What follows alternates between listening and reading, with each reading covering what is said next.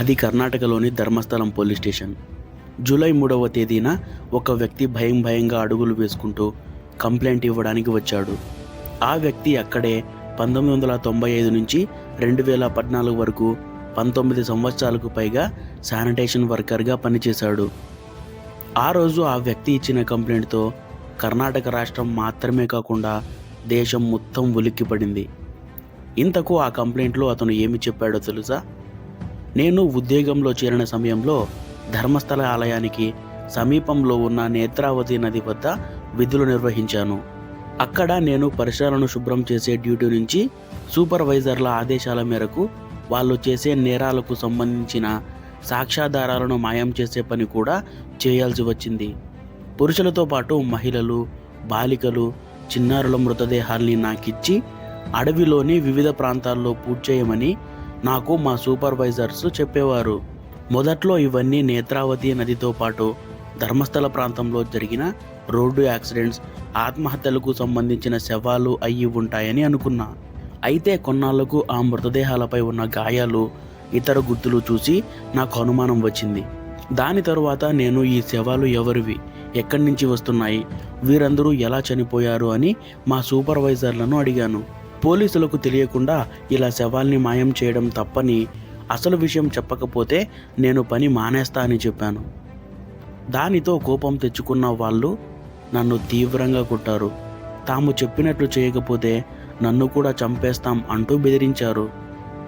నన్ను, నా కుటుంబాన్ని ముక్కలుగా నరికి మిగిలిన వాటిలాగే పాతి పెడతాం అని భయపెట్టారు.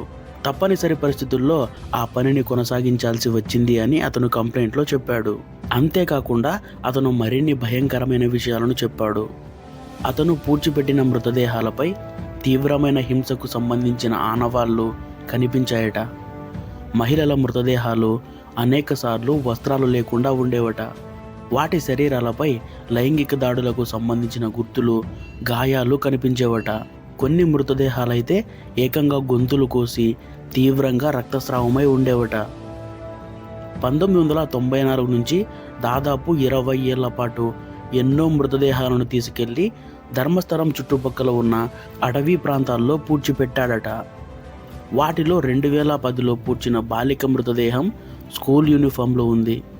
ఆ రోజు సూపర్వైజర్లు నన్ను నేత్రావతి నది సమీపంలో ఉన్న పెట్రోల్ బంకుకి 1/2 కిలోమీటర్ దూరంలో ఉన్న ప్రదేశానికి పంపారు.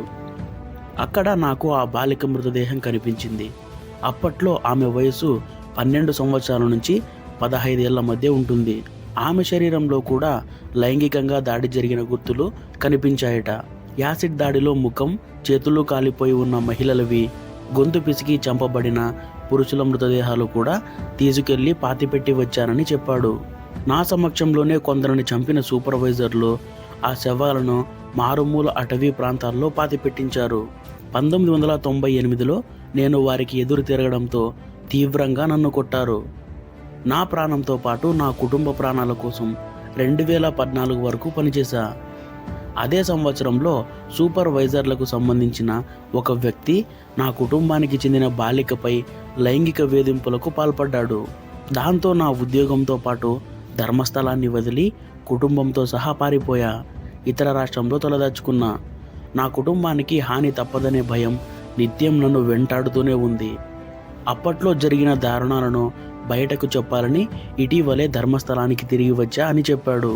అంతేకాకుండా అతను ధర్మస్థలంలోకి వచ్చిన తర్వాత తాను అప్పట్లో ఒక శవాన్ని పాతిపెట్టిన స్థలానికి వెళ్ళాడు. అక్కడ కొన్నేళ్ల క్రితం పాతిపెట్టిన ఒక మృతదేహాన్ని త్రవ్వి దానిని ఫోటోలు తీసి తన కంప్లైంట్తో జత చేసి ధర్మస్థలం పోలీసులకు అందించాడు. తనకు, తన కుటుంబానికి రక్షణ ఇవ్వాలని కోరాడు. పోలీసులు తనతో వస్తే తాను మృతదేహాలను పూడ్చిపెట్టిన అడవి ప్రాంతానికి తీసుకువెళ్తానని చెప్పాడు. ఆ మృతదేహాలను బయటకు తీసి సాంప్రదాయం ప్రకారం అంత్యక్రియలు పూర్తి చేయాలని ఆశిస్తున్నానని, అలా చేస్తేనే వారి ఆత్మకు శాంతి చేకూరుతుందని, తనలో ఉన్న అపరాధ భావం పోతుందని అతను పోలీసులతో చెప్పాడు. అప్పట్లో మృతదేహాలను మాయం చేయాలని ఆదేశించిన వారిలో సూపర్వైజర్లతో పాటు ఆలయ పాలక మండలి సభ్యులు ఉన్నట్లు వివరించాడు. ప్రాణభయంతోనే వారి పేర్లు చెప్పలేదని, పలుకుబడి ఉన్న వారి నుంచి తనకు రక్షణ కావాలని కోరాడు. పోలీసులు ఆ భరోసా ఇస్తే అన్ని పేర్లు చెప్తానని కూడా చెప్పాడు. ఈ కంప్లైంట్ను కోర్టుకు నివేదించిన ధర్మస్థల పోలీసులు న్యాయమూర్తి అనుమతితో కేసు నమోదు చేసి దర్యాప్తు ప్రారంభించారు.